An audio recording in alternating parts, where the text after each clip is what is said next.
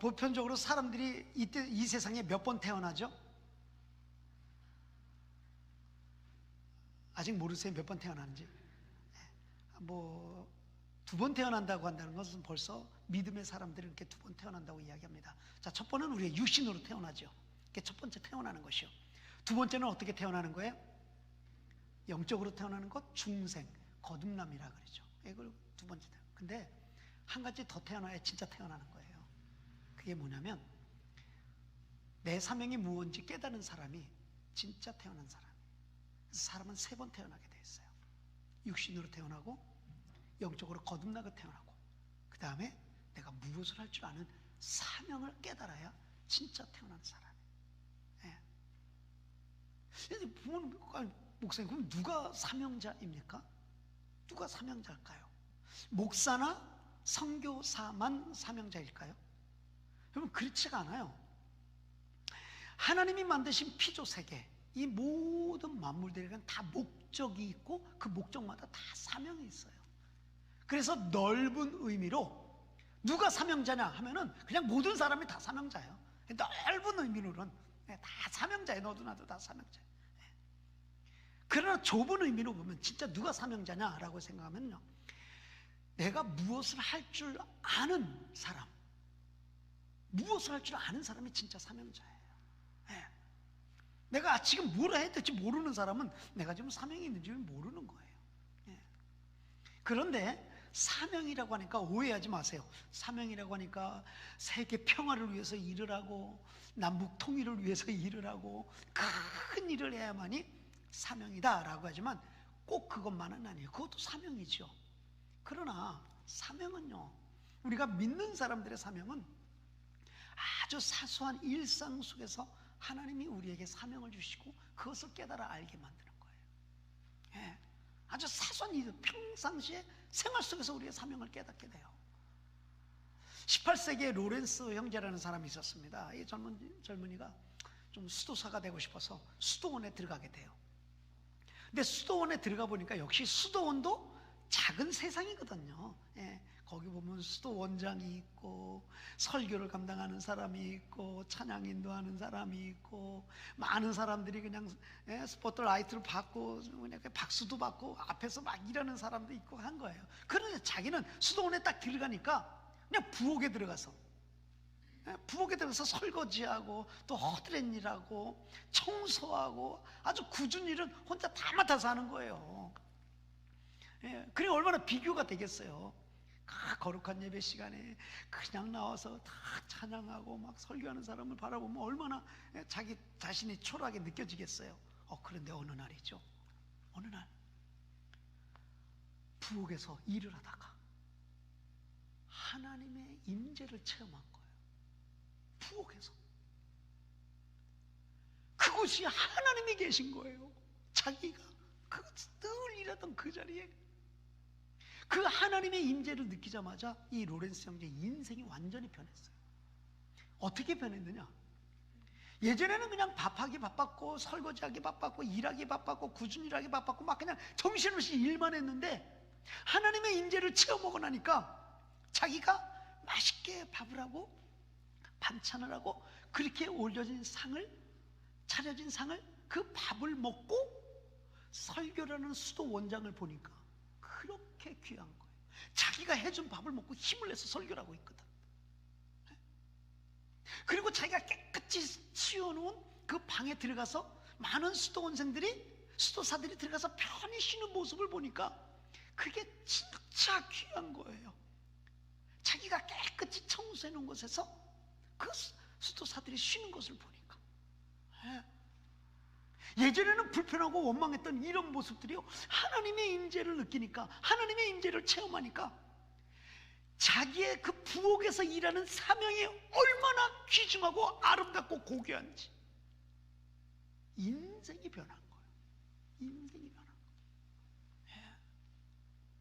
여러분, 그렇기 때문에 사명이라고 하니까 크게 생각하지 말고 내가 먹고 마시고 생활하는 나의 일상생활 속에서 하나님의 사명이 있음을 깨닫고 그 일에 최선을 다하는 우리 크리스찬 라이프, 믿음의 삶을 살게 되기를 간절히 바랍니다. 하나님은 어떤 분이시냐면요, 하나님은요 우리에게 사명을 주실 때에 그 사람의 성격, 그 사람의 인격, 그 사람의 특징, 특성, 뭐 이런 모든 것을 고려하셔서 그 사람에게 딱 맞는 사명을 주시는 분이 우리 하나님이에요. 아주 딱 맞는 사명을 준다니까요. 원망하고 불평할 게 없어요.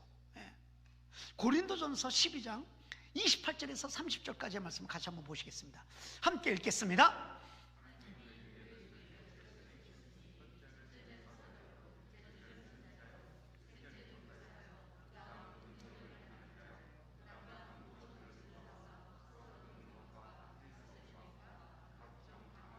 (29절)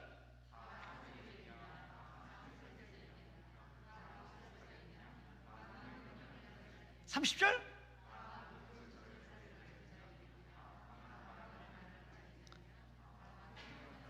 이처럼 다양하거든요. 다양하거든요. 그래서 하나님은 그 사람에 맞게끔 선지자로 세우시고, 교사로 세우시고, 방언하는 사람으로 세우시고, 방언으로 통변하는 사람으로 세우시고, 이런 달란트 저런 달란트 다 주시고, 이 하는 모든 것들은, 이 사명을 주시고 저 사명을 주시는 것은 그 사람에 맞게끔 주시는 거예요. 그 사명은. 그래서 하나님은 베드로에게 이방인을 맡기지 않으셨어요. 베드로에게는 유대인을 맡기셨어요. 바울에게는 유대인을 안 맡기고 이방인을 맡겼어요. 그 사람에 맞게끔, 그 사람에 맞게끔 사명을 주신 거예요. 그렇기 때문에 하나님은 나에게 사명을 주실 때 나에게 잘 맞는 옷, 나에게 잘 맞는 신발을 주시지 맞지 않는 옷 주시는 거 아니에요. 그러니까 내 사명이 다른 사람하고 비교해서 나는 뭐야 라고 할 필요가 없는 거예요. 로렌스 형제가 나는 왜 부엌에서 일하고 있어야 돼? 저 사람은 저렇게 화려하게 하나님을 예배하는 곳에 있는데 나는 왜 부엌에 있어야 돼? 이럴 필요가 없는 거라는 말이에요. 하나님의 사명은 그 사람이 가장 잘 맞는 사명이에요. 나에게 주신 사명, 이게 나에게 가장 잘 맞는 거예요. 근데 문제는 뭐냐? 내가 사명이 있나 나한테? 나는 무슨 사명이다? 이거를 알아야 되잖아요. 오늘 아마 2부 예배 나오신 여러분 중에 내 사명은 뭐다 라고 확실히 깨닫는 사람은 오늘 말씀에 할렐루야죠. 그리고 그냥 확인되는 거예요. 아멘 하면 되죠. 그런데 만약 한 명이라도 내 사명이 뭔가? 나한테 사명이 있나? 막 이렇게 궁금하고 이게 막 갈등된다고 한다면 이게 문제가 되잖아요. 알아야 사명을 감당하지. 모르는데 무슨 사명을 감당하겠어요? 그래서 저는 오늘 사도행전 24, 24절에 있는 한 말씀을 가지고 진짜 나에게 사명이 있나? 그럼 그 사명이 어떤 사명이냐? 그걸 어떻게 감당해야 되느냐? 이 말씀을 여러분과 함께 나누고 싶은 거예요. 만약에 사명이 확실하다는 사람은 그저 아멘으로 화답하고, 그러나 뭔가 좀 불확실하고 나 좀 아직도 모르겠다는 사람은 오늘 말씀에 집중 한번 해보세요. 그럼 내가 이것이 나의 사명이구나. 하나님께서 말씀을 통하여 여러분에게 사명을 깨닫게 해주시는 은혜가 분명히 있을 줄로 믿습니다. 첫 번째로, 나에게 사명이 있는가? 내가 무슨 사명이 있는가? 이거를 알려면 어떻게 하느냐면요, 많은 사람들이 부탁을 해요. 자꾸만. 그리고 자꾸만 도와달라 그래. 똑같은 동일한 일로 자꾸 도와달라고 부탁을 해요. 그러면 그것이 내 사명일 수가 있어요. 그것이 내 사명일 수가 있어요. 동일한 것으로 계속 부탁을 해. 자꾸만. 예수님께서 가시는 곳마다 사람들이 부탁했어요. 우리 병을 고쳐주세요. 물로 포도주를 만들어주세요. 죽은 자 살려주세요. 풍랑을 잔잔케 해주세요. 우리를 구원해주세요. 가는 곳마다 예수님께 동일하게 계속 도움을 요청했어요. 예수님의 사명이 뭐죠? 그럼요, 구원하시는 사명이에요. 그래서 예수님은 그 사명을 끝까지 잘 감당하신 거예요. 노래하는 사람이 있으면요, 자꾸 무슨 행사가 있으면 와서 자꾸 노래해달라 그래. 자꾸 특송해달라 그래. 그 사람은 무슨 사명이 있는 거예요? 그럼요. 가수로서, 아니면 찬양하는 사람으로서, 노래하는 사람으로서 노래해야 될 사명이 있는 거예요. 그 아무한테나 막 이렇게 무슨 이벤트가 있는데, 행사가 있는데 찬양 부탁하고 그러지 않잖아요. 그죠? 다음 주가 우리 27주년 기념인데 27주년 때 우리 공경 집사님 특송 한번 해주시겠어요? 다 웃잖아요. 왜 웃어요 여러분? 네? 좋아서 웃는 데잖아요. 좋아서 웃는 데. 왜냐면 이게 여러분 정말로 내게 노래하는 사명 있는 사람이냐 이런 특성이 있을 때마다 부탁을 해요. 사실 저희들은 이 코로나 이때 저는 참 우리 김연아 집사님 하나님께서 들어쓰임 받는 거 보면 너무너무 귀해요. 정말 매주마다 특송을 준비한다는 게 쉬운 게 아닌데 이렇게 특송을 준비하는 거 너무너무 감사해요. 그리고 사실 제가 어떤 행사를 치르거나 다음 주에도 우리가 27주년인데 어떤 행사를 치르거나 무슨 특별한 일이 있을 때는 찬양을 부탁하면 내가 누구한테 찬양을 부탁할까요? 김연아 씨한테 부탁을 하는 거예요. 자연스럽게. 그 요즘에는요 제가 예전에는 설교 시간에 많은 찬양도 여러분께 틀어드리고 영상도 많이 보여드렸잖아요. 근데 지금은 이게 카피라이트에 다 걸려가지고 이거 뭐 하나 틀어줄래도 힘들어요. 그러니까 그냥 라이브로 해야 돼. 그럼 만약에 설교 시간에 내가 어떤 찬양을 하고 싶다면은 영상을 못 틀고 그냥 내가 김연아 집사님한테 부탁할 수밖에 없어요. 우리 김연아 집사님의 사명이 뭘까요? 그냥 찬양하는 거거든요. 자꾸 부탁을 해요. 몸 아픈 사람이 와서 자꾸 도와달라고 해요. 그 사람은 무슨 사명이에요? 의사야 될 사명이에요. 의사가 사명이에요. 뭐 고쳐달라고 그래요. 차가 고장나면 그냥 자꾸 어떤 사람한테 부탁을 해요. 그 사람은 어떤 사람이에요? 메케닉이지 뭐. 메케닉 사명, 고치는 사명이 있는 거예요. 문 하나 덜렁덜렁해도 딱 전화해서 고쳐달라는 사람이 있어요. 그 사람은 어떤 사람이에요? 이학규 집사님이에요? 핸드맨. 고치는 사명이 있는 거예요. 그럼요. 어떤 잔치가 있어요. 잔치가 벌어졌어요. 그 잔치할 때마다 부르는 사람이 있어요. 도와달라고. 그 사람은 어떤 사람이에요? 음식 잘하는 사람이에요. 그 음식 안에 사명이 있는 거예요. 지난주 우리 내영혼의 힘 여러분 보셨죠? 우리 구본욱 선생님 음식 안에 음식하는 데서 사명이 있는 거예요. 그 사명이 있는 거예요. 우리 이렇게 권사님도 뭐 음식할 때마다 반드시 저 손만 가면은 이상하게 맛없는 것도 맛있게 되잖아. 이게 사명이 있는 게 뭐예요? 이게 사명이거든. 음식해서 사람을 섬기는 것. 이게 사명이에요. 자꾸 동일하게 부탁을 받아요. 이게 내 사명이라니까. 사도행전 16장 9절 말씀 한번 같이 한번 보시겠습니다. 함께 읽겠습니다. 빨리 띄워주세요. 사도행전 16장 9절. 이겁니다. 함께 읽겠습니다.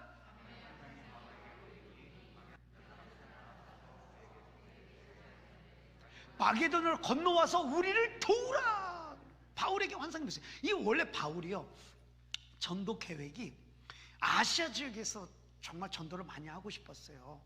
그래서 아시아 지역에 전도를 하려고 그러는데 성령님께서 자꾸 이리 막고 저리 막는 거예요. 이게 왜 그런가? 자꾸 막으시는 거예요. 선교하러 가는데. 그런데 어느 날 환상을 봤는데 그게 마게도니아 쪽에서 어떤 사람이 와서 도와달라 그러는 거예요. 우리에게 복음을 전하달라. 그런 환상을 보고 그리고 나서 바울이 깨달은 거냐. 내가 지금 아시아 쪽에서 선교하는 것보다 하나님께서는 마게도니아 쪽으로 가서 전도하는 걸 원하시는구나. 딱 그거 깨닫고 그쪽으로 가게 되잖아요. 그러니까 바울은 어떤 사명이 있는 거예요? 자꾸 사람들이 와서 복음을 전해달라고 그래서 교회를 세워달라. 바울에게는 어떤 사명이 있어요? 전도하는 사명이 있는 거예요. 교회를 개척해서 세우는 사명이 그린 거예요. 자꾸 똑같은 곳에 반복해서 도움을 요청을 받아요. 도움 요청을 받아요. 그러니까 지금까지 혹시 나는 뭐 어떤 사명이 없는 것 같아요 라고 하지만 여러분의 삶을 자세히 돌아보세요. 동일하게 이것 때문에 나에게 도움을 요청하고 있는 것이 있으면 그것이 내 사명이에요. 아주 쉽게 예를 들자면 주부의 사명이 뭘까요? 주부의 사명. 우리 주부의 사명이 뭐예요? 왜 아이들과 남편이 매번 3번마다 똑같이 부탁하는 게 있잖아요. 삼식이 밥 달라고. 왜? 그러니까 주부의 사명은 계속 요구를 받거든. 이거 해달라 저거 해달라. 이런 것들은 주부의 사명일 수가 있어요. 마찬가지로 우리 하나님께서 우리에게 주시는 사명도 마찬가지예요. 교회에서나 아니면 내가 어떤 일을 하실 때 자꾸 똑같은 동일한 것을 요청을 받아요. 이거 해달라, 도와달라. 여러분, 그럴 때 마다하지 마시고, 절대 마다하지 마시고, 이게 하나님의 음성으로 들어야 돼요. 아, 사명 감당하라는 소리구나. 사명 감당하는. 절대로 불평 원망하지 마시고, 나에게 동일한 요구가 있거든 그것을 감사함으로 사명을 감당하게 되는 믿음의 식구들 되기를 간절히 바랍니다. 네. 두 번째로, 나에게 사명이 있는 걸 어떻게 하는가? 그것은요, 이 마음에 거룩한 부담감이 생겨요. 거룩한 부담감. 그러니까 누가 준 게 아니에요. 그냥 이 마음 속에서 부담감인데, 그냥 부담감이 아니라 거룩한 부담감이 생겨요. 거룩한 부담감. 이스라엘 민족이 바벨론에게 침공을 받고 다 포로로 끌려가잖아요. 많은 사람이 포로로 끌려갑니다. 그러니까 포로로 끌려가서 가장 이스라엘 백성들이 하고 싶었던 것이 뭐냐면, 정말 마음 놓고 하나님 앞에 예배하고 제사를 드리고 하나님의 말씀을 듣고 정말 하나님을 섬기는 것이, 예전에는 그게 귀한 줄 몰랐는데 포로가 되고 보니까 그게 얼마나 귀한지, 하나님의 성전이 얼마나 귀한지 그걸 깨달은 거예요. 하나님이 때가 돼서 그래서 이스라엘 백성들을 포로에서부터 이제 귀환시키잖아요. 그래서 1차, 2차, 3차에 다 이제 이스라엘 백성들이 돌아오게 되는데, 1차로 귀환할 때 에스라와 더불어서 에스라 선지자와 많은 사람들이 1차로 귀환했어요. 그때 이스라엘 백성들의 마음 가운데, 에스라 선지자의 마음 가운데 거룩한 부담감이 생겼어요. 어떤 부담감일까요? 성전을 재건해야 되겠다. 무너진 성전을 수축해야 되겠다. 이런 마음의 부담감이 있는 거예요. 그러니까 오자마자 자기 집부터 청소하지 않고 어디로 달려갔냐면 무너진 성전으로 간 거예요. 그래서 그 성전을 건축합니다. 얼마나 많은 방해가 있었어요. 그래서 중단하는 위기도 있고 하지만은 성전을 어떻게든 건축해놓고 건축하게 됩니다. 근데 옛날 성전만 못했겠죠. 초라한 성전이지만 그래도 마음에 거룩한 부담감이 있으니까 그 일을 먼저 해요. 왜요?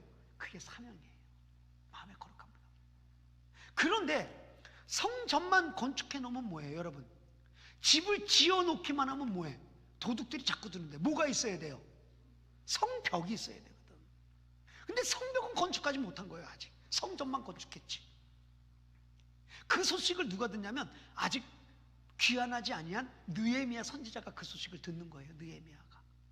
느헤미야가 그 소식을 듣자마자 이 마음 가운데 거룩한 부담감이 생겨요. 하나님 어찌할까요? 성전도 허물어졌고 성벽도 허물어졌고 성문도 불에 탔고 다 이렇게 했는데 하나님 이걸 어떻게 해야 됩니까? 어떻게 해야 됩니까? 하나님 앞에 울며불며 기도합니다. 왜? 누가 그렇게 기도하라 그랬나요? 아니요. 그 마음에 거룩한 부담감이 생긴 거예요.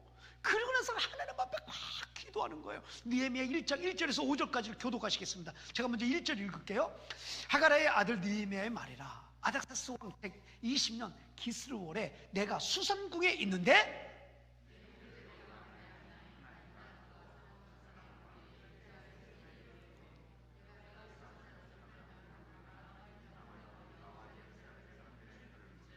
그들이 내게 이르되 사로잡힘을 면하고 남아있는 자들이 그 지방 거기에서 큰 환난을 당하고 능력을 받으며 예루살렘 성은 허물어지고 성문들은 불탔다 하는지라.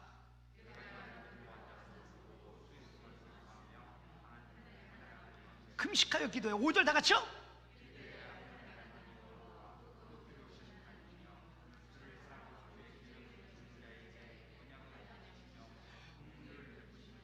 간구하나이다. 울며불며 하나님 앞에 기도하는 거예요. 성전 무너졌고 성벽 무너졌고 성문은 불에 탔고 이 소리를 듣자마자 이 마음 가운데서 막 뜨거운 어떤 거룩한 부담감, 이걸 어떻게 해야 합니까? 하나님 이거 어떻게? 예? 그러다 보니까 그게 다 밖으로 나올 거 아니에요. 그 안타까움. 그냥 건강했던, 이건 늘 웃으면서 다녔던 느헤미야 얼굴에 수심이 가득하니까 그 왕이 다 알아채리거든요. 너 왜 그러냐? 그 마음이 그대로 나오죠. 그 말씀이 느헤미야 2장 1절에서 5절까지 있는데 그것도 다시 한번 교도해 볼까요? 제가 1절 말씀을 읽겠습니다. 아닥사스 왕 제20년 니산월에 왕 앞에 포도주가 있기로 내가 그 포도주를 왕에게 드렸는데 이전에는 내가 왕 앞에서 수심이 없었더니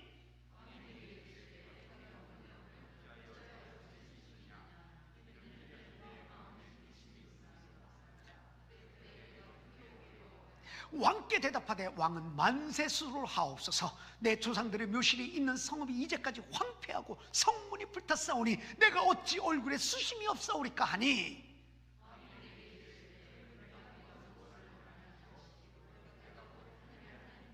5절요?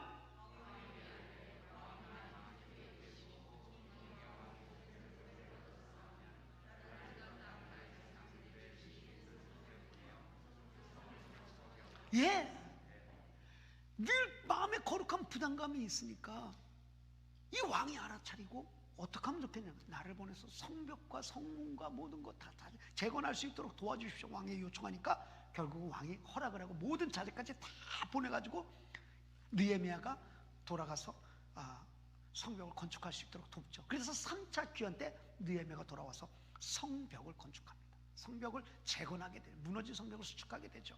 여러분, 마음에 거룩한 부담감이 있으면 저 일을 내가 해야 되는데 그 생각이 들어요. 다른 사람 생각, 내가 해야 되는데 그런 생각이 드는 거예요.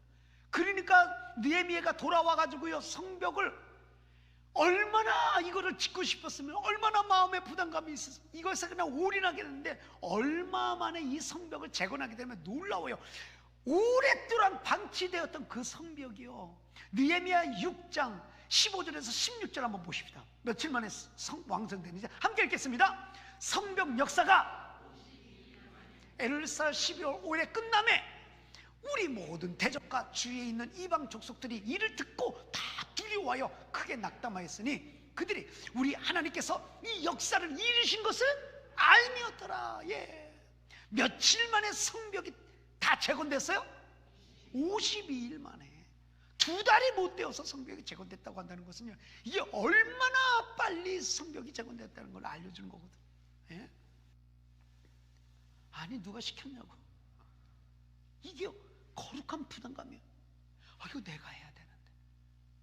그거 사명이에요. 사명자. 그게 자기 사명이라고. 저는 목회를 하면서 이 목사는 늘 교회에 대한 거룩한 부담감이 있어요. 늘 있는 것 같아요. 그것은 이 코로나 때 교회 방향이 어떻게 흘러가야 되는가, 우리 교회가 좀 어떻게 하면 하나님이 기뻐하시는 일에 더 쓰임 받을 수 있는가, 늘 이 마음에 이게 그냥 이게 있어요. 이게 거룩한 부담감이에요. 네. 그리고 성도님들을 향해서 늘 마음에 부담감이 있는 것 같아요. 제가 여러분들께 늘 부담감이 있어요. 뭐 여러분 저 부담 없죠? 저는 여러분께 부담이 있어. 부담감이 늘 그 거룩한 부담이에요. 이거 정말 변해야 되는데, 예수 믿고 천국 가야 되는데, 정말 잘 믿어야 되는데, 기도해야 되는데, 말씀 봐야 되는데, 이 코로나 때 진짜 코로나 걸리면 안 되는데 우리 성도님들 좀 경제적인 어려움이 생겨서 참 낙심하고 실망하는 자도 없어야 되는데 늘 마음에 부담감이 있어요. 누가 준 게 아니거든요. 여러분이 언제 저한테 줬나요? 아니잖아요. 근데 제 마음 가운데 이런 늘 부담감이 있어요. 그러니까 기도하게 되는 거예요. 그래서 기도하게 돼요. 그게 뭐예요? 사명이에요. 그래서 목회가 사명이라는 거예요. 네? 성도님들도 부담감을 갖죠. 당연히 제가 봤을 때 성도님들도 대부분 부담감을 갖는 것 같아요. 그게 거룩한 부담감이에요. 저건 내가 해야 되는 건데, 그렇지? 저건 내가 해야지. 이게 교회 일에 봤을 때 이게 거룩한 부담감이거든요. 이게 그것을 감당해야, 그 사명을 감당해. 그게 내 사명이에요. 그것을 감당해야 돼요. 네.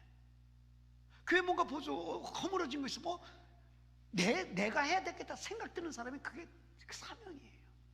그 사명자라고.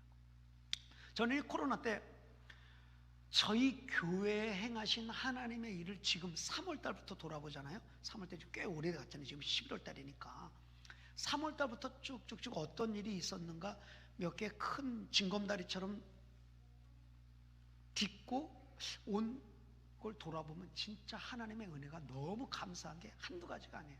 정말 저희들 교회를 통해서 하나님이 역사하신 것이 굉장히, 거기에 우리 성도님들의 헌신이 굉장히 많았다고 저는 봐요. 뭐 십자가 기도부터 시작을 해서 많은 일들이 있었죠. 근데 이 온라인 시대가 되다 보니까 우리가 이 온라인 시스템이 잘 안 됐잖아요. 사실은 잘 안 됐는데 좀 장비도 구입하고 비디오, 오디오 같은 것도 다시 앰프도 좀 새로 하고 믹서도 다, 이게 큰 돈이었어요. 근데 그것을 기도하는 마음으로 성도님들께 알렸을 때, 광고를 했을 때, 정말 참 깜짝 놀랐어요. 정말 정성을 다해서 십시일반 이렇게 헌금을 하실 때 그 마음이 어땠을까? 이 말씀을 준비하면서 보니까 내가 헌금을 해야지. 이게 거룩한 부담감이었다고 한다는 거예요. 누가 시켜서 한 건 아니잖아요. 이 모양 저 모양 헌금, 그 많은 헌금들이 다 채워져서 지금 참 온라인으로 예배 드리시는 분들 정말 이렇게 혜택을 받을 수 있는 것은 여러분들이 다 헌금하신 그것으로 인한 것이니 얼마나 감사한지 정말 감사해요. 또 우리 여성께서는 지난번에 헌금하시기를 이 화면이 너무 적으니까 제가 여러분께 화면을 띄워드리고 어떤 영상을 보여드리고 영상 밑에 글씨가 지나가는 게 많아. 한글로 그때 번역돼서 하는 것들은 안 보이거든. 이게 너무 적어가지고 안 보이니까 이 좀 화면을 좀 크게 해서 이게 좀 더 좀 효과 있게 예배를 좀 드리자 해서 화면을 크게 했으면 좋겠다.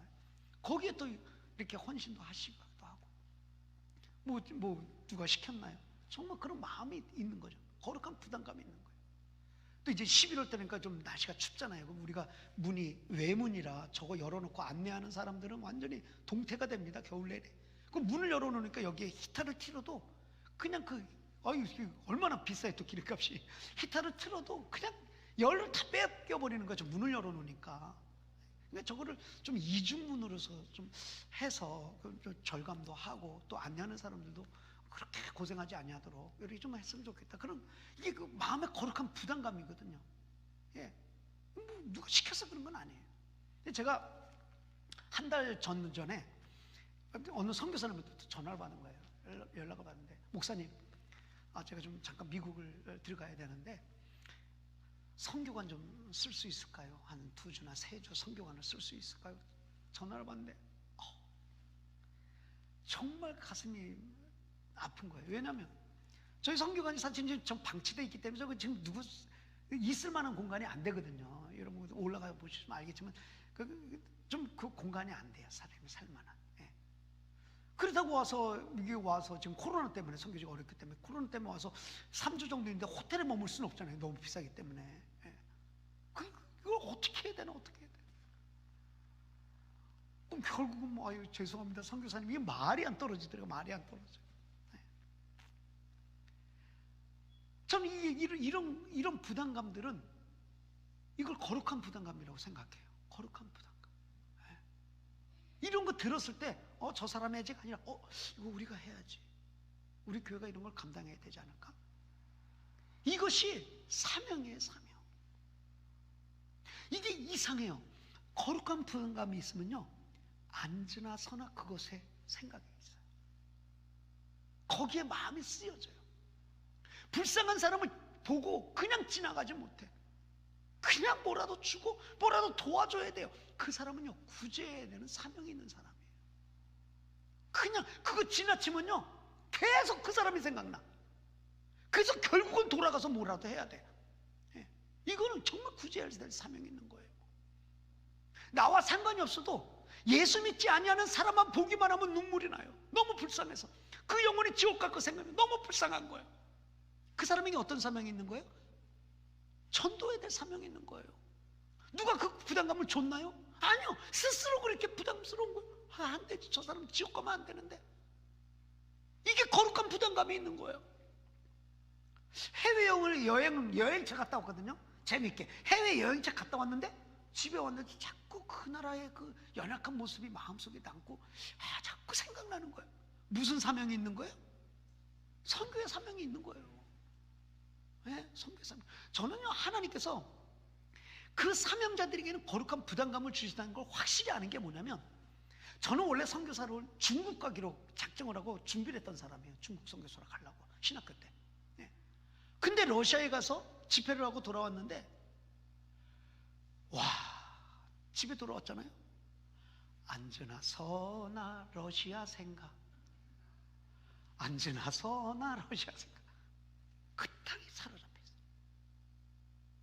거룩한 부담감이 이 마음에서 떠나질 않아요. 결국은 하나님께서 나에게 원하시는 땅은 중국이 아니라 하나님이 원하시는 땅은 러시아 땅이었구나. 러시아로 가게 된 거죠. 마음의 거룩한 부담감. 누가 너 러시아로 가라고 얘기한 적 없어요. 저한테 한 명도 그런 적 없어요. 왜? 제가 다 중국 선교사로 그냥 준비할 걸 알았기 때문에. 근데 하나님의 계획은 달랐단 말이에요. 저에게 거룩한 부담감을 주셨어요. 네. 그것을 감당하는 거예요.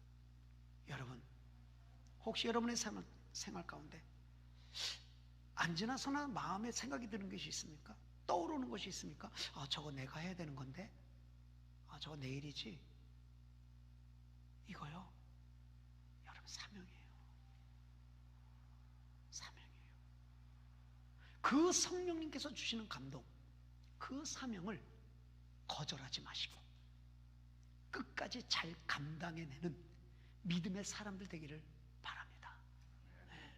세 번째로, 내게 사명이 있는 줄 어떻게 아는가? 어떻게 아는가? 자, 내 있는 모든 것을요 다 쏟아 부어도 아깝지가 않은 것이 있어요. 아깝지가 않아. 그거 더 하고 싶어요. 해도 힘이 나요. 물론 육체적으로 힘들 수도 있고 경제적으로 힘들 수 있어요. 그렇지만 이상하게 속에서부터 솟아나는 힘이 생기고 말이죠. 아깝지가 않아요. 시간이 들어가고 공로가 들어가고 뭐가 다 들어가도 아깝지가 않아요. 그게 내 사명이에요. 네. 우리 본문 한번 다시 한번 읽어볼까요? 본문? 자, 본문 말씀 한번 읽어보겠습니다. 내가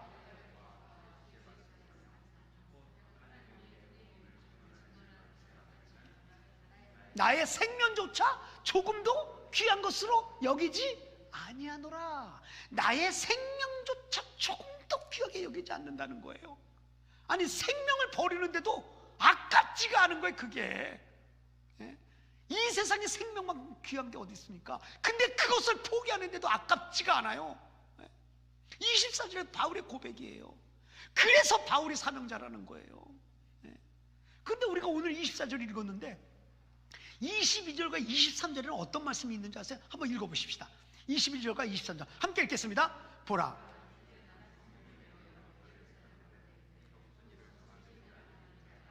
23절,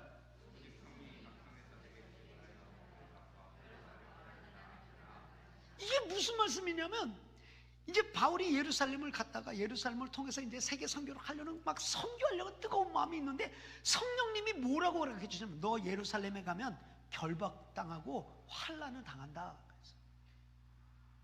성령님이 가르쳐 주신 거예요. 그럼 여러분 어떻게 해야 될까요? 어떻게 기도할까요? 성령님 감사합니다.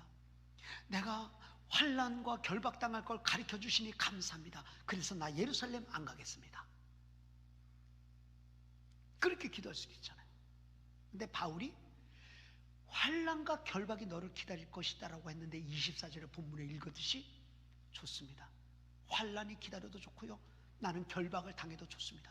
나의 생명을 버려서까지라도 나는 주의 복음을 전하는 길이 있다고 한다면, 주님의 복음을 전하는 일이라고 한다면 난 그것도 조금도 아깝지 않습니다.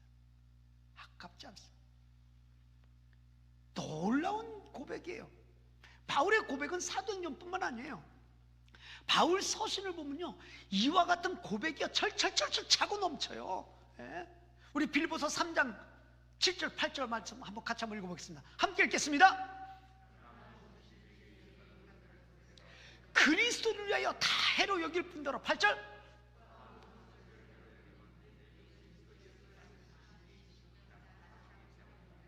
내가 그를 위하여 모든 것을 잃어버리고 배설물로 여기면 그리스도를 얻는다 그랬어요. 예수 그리스도를 얻는 것, 내가 복음을 전하는 일을 위해서라면 내게 있는 거 부귀 영화 금은 뭐야, 모든 것도 다 배설물처럼 여기겠다는 거예요.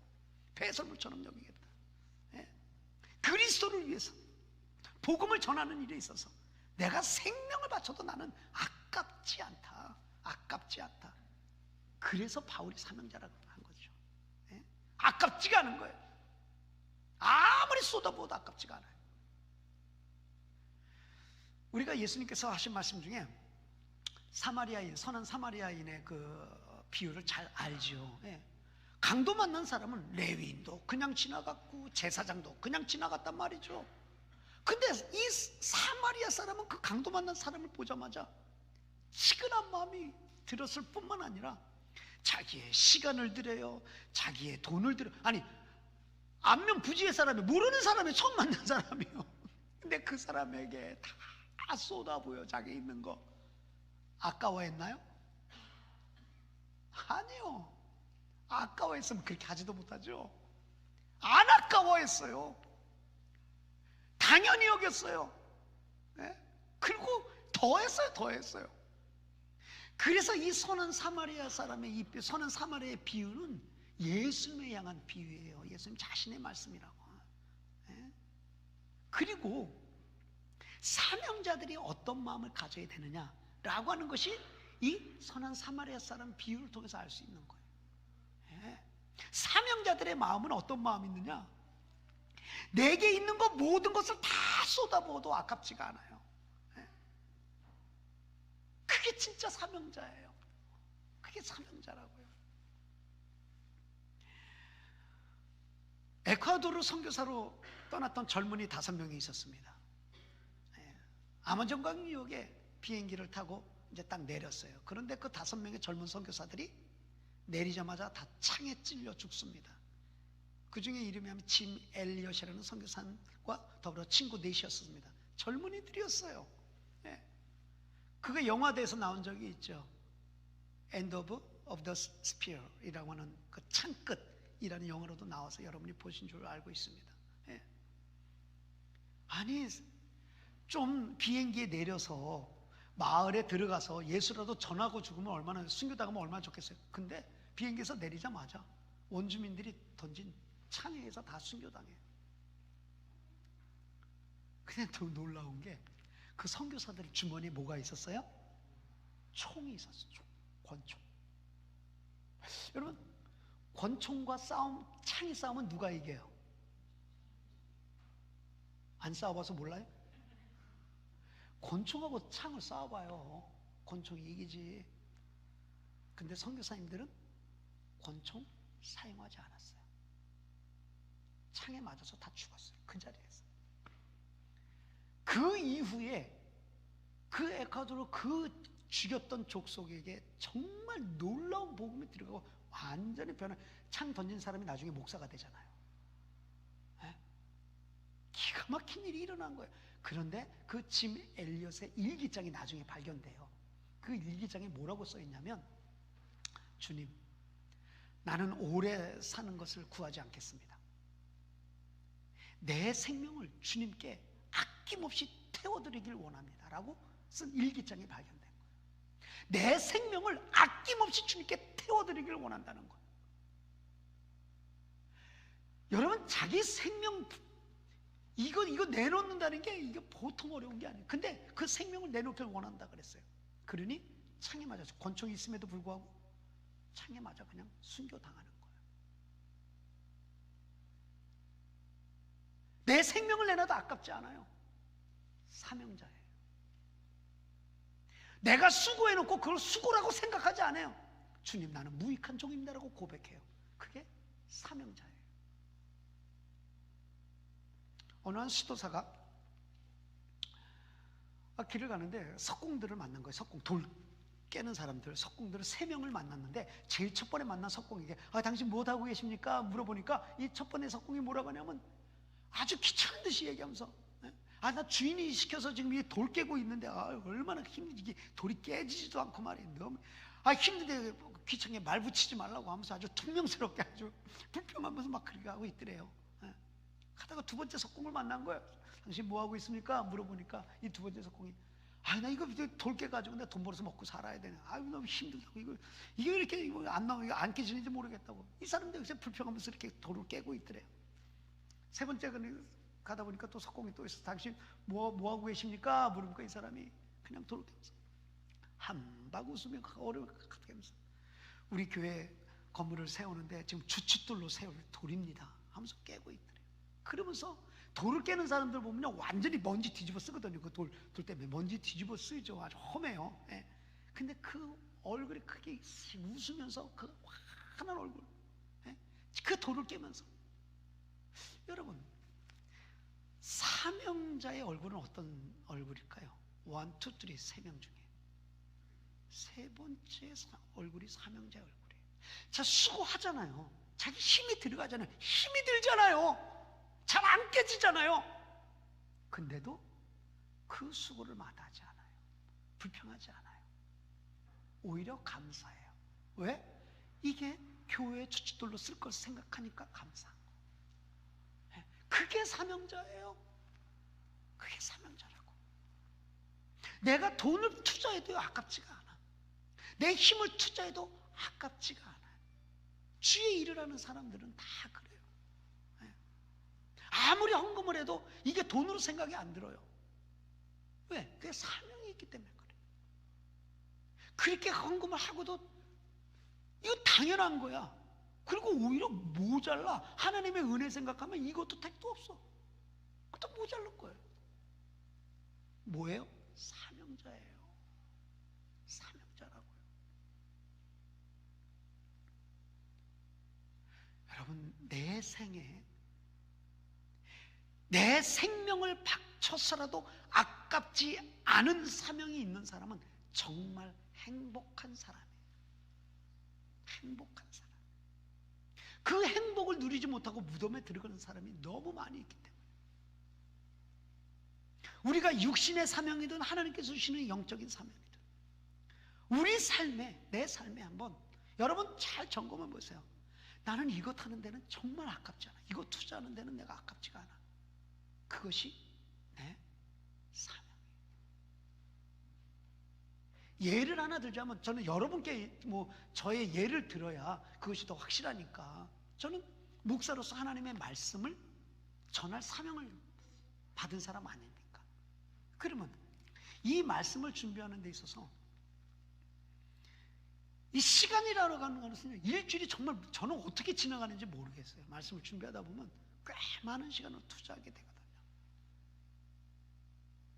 근데 저는요, 이 설교를 준비하는 곳에 하나님의 말씀을 보고 연구하고 또 이 설교문을 작성하고, 작성된 설교문을 정말 내가 또 습득하고 또 이 하는 모든 시간이요, 아깝지가 않아요. 아니, 오히려 더 많이 투자하고 싶어요. 그래서 더 풍성한 내용으로, 더 정확한 말씀으로 여러분께 드리고 싶은 마음이 있어요. 사명자예요. 예를 들자면 그렇다는 거예요. 여러분도 교회 일을 할 때나 아니면 집안일 할 때나 사회에서 일을 할 때 내가 이것을 투자해도 아깝지 않은 것이 있어요. 더 하고 싶은 것이 있어요. 그것이 나의 사명이에요. 한번 되돌아보세요. 그래서 우리가 남은 인생, 하나님께서 주신 나의 시간 그냥 보내지 말고 세월을 아껴, 시간을 아껴, 내 힘과 물질과 정성과 모든 것, 생명까지 쏟아부어 주님 앞에 충성하게 될 수 있는 우리 믿음의 식구들 되시기를 주의 이름으로 축복합니다. 오늘 11월 달에 사명에 대해서 보는 첫 번째 말씀이었습니다. 사명을 감당하자. 사명 감당. 그런데 사명을 감당해야 되는데 나는 무슨 사명이 있나? 마냥 모르는 사람을 위해서 오늘 사도행전 20장 24절 바울의 말씀의 한 절을 가지고 우리가 같이 말씀을 보았습니다. 그러니 여러분 한번 이제 내 사명이 뭔지 모른다? 이거 안 돼. 이 말씀 붙잡고 여러분 이번 한 주간 잘 곰곰이 기도하면서 한번 생각해 보세요. 지난주에는 우리들이 회복에 대해서 정말 감사를 찾는 만큼 회복이 일어난다. 그래서 하여튼 감사는 찾자 그랬어요. 한 주간 내내 감사를 찾자 그랬어요. 여러분 감사 찾으신 분 한번 오늘 예배 끝나고 몇 사람에게 꼭 간증하세요. 내가 감사를 찾아보니까 요런 것이 감사하더라. 그래서 선포되는 주일날 이 선포되는 말씀을 가지고 여러분들 그냥 여기로 듣고 흘리지 말고 꼭 가슴에 새기고 실천 한번 해보세요. 하나님의 놀라운 은혜가 흘러가요. 이렇게 우리가 오늘 사명 감당에 대해서 말씀을 드렸기 때문에 내 사명이 뭔가 이 말씀에 의지해서 한번 여러분 사명을 찾아보세요. 만약 오늘 사명을 아는 사람은 뭐 상관없어요. 감사합니다. 그 사람은 더 열심히 하세요. 충성하세요 더. 그러나 만약 확실하지 않다, 만약 그런 사람이 있다고 한다면 오늘 말씀을 통해서 한번 여러분 다시 한번 생각해 보세요. 나에게 사명이 어떤 사명이 있는가? 똑같은 일로 자꾸 도움을 요청해 오는 것이 있어요. 나한테 동일하게 이것 좀 해달라 부탁을 받는 것이 있어요. 그건 내 사명이에요. 잘 감당해야 돼요. 그리고 누가 시킨 게 아닌데 내 마음속에서 거룩한 부담감이 생겨. 이건 내가 하는 거지 뭐 당연히. 이건 내 일이네. 어떤 소리를 들으면 이거 내가 해야지 라는 마음이 확 들어요. 누가 준 게 아니거든. 그럼 마음에 거룩한 부담감이 생겨요. 그거요 하나님께서 주신 사명이에요. 그리고 내가 시간을 투자하고 돈을 투자했는데도 아깝지가 않아. 이상해요. 내 생명을 바쳐도 아깝지가 않아요. 그게 내 사명이에요. 그래서 부모들은 공통적으로 자녀에 대한 사명을 가지고 있어요. 자녀들을 잘 기를 사명. 왜? 우리 자녀들 보면은 내 생명을 줘서라도 아깝지가 않거든요. 그죠? 그게 사명이라고. 부모의 사명. 영적인 사명도 마찬가지예요. 여러분, 내가 이것저것 투자해도 아깝지가 않아. 아깝지가 않아. 음식을 만드는 사람이 사명이 있는 게 맛있는 음식을 하기 위해서 투자하는 양념을 아까워하는 거 봤어요? 안 봤어요? 봤어요? 맛있는 음식을 만들기 위해서 양념을 아주 나게 짜게 아주 아까워하는 사람은 사명 없는 사람이. 진짜 맛있는 음식을 위해서는요, 시간과 수고와 양념 같은 것들은요, 좋은 양념도 찾아다녀요. 아깝지 않아요. 그런 것은 그게 사명이기 때문에 그래요. 우리가 이처럼 이 사명을 찾아서 한번 우리에게 주신 인생, 너무 짧잖아요. 이제 살 날이 얼마 우리가 길지 않잖아요. 그냥 세상처럼 사람처럼 똑같이 살아서는 안 되잖아요. 사명 따라 살아야 되잖아요. 그렇다고 해서 제가 서두에 말씀드렸다시피 사명이라 그러니까 큰 것만 생각하지 마세요. 세계를 위해서 어떤 일을 할까? 뭐 그것만이 사명이 아니라는 거예요. 로렌스 형제처럼 부엌이 내 사명이에요. 부엌에서 하나님의 인재를 느껴봐요. 그게 내 사명이에요. 허드렛 일을 하는 것이 내 사명이에요. 아픈 사람 돌보는 것이 내 사명이에요. 위로해 주는 것도 사명이에요. 구제해 주는 것도 사명이죠. 도와주는 것도 사명이에요. 정말 우리가 일상생활 속에서 잔잔한 사소한 나의 일 속에서 하나님께서 우리에게 주시는 사명은 너무너무도 많이 있어요. 그러니 이 사명 깨닫거든 여러분 마다하지 마시고, 그거 이제 더 이상 거부하지 마시고 하나님께서 주신 나의 사명으로 알고 남은 인생 바울처럼 우리 아낌없이 하나님 앞에 태워드리는 인생, 지금 엘리야처럼 우리가 순교를 하지 못한다 할지라도 우리가 진짜 나의 삶을 하나님 앞에 온전히 태워드리는 인생, 행복한 인생, 사명을 감당하는 인생, 앞으로 우리의 인생에 이런 놀라운 은혜가 펼쳐지게 되기를 그리스도 예수 이름으로 축원합니다.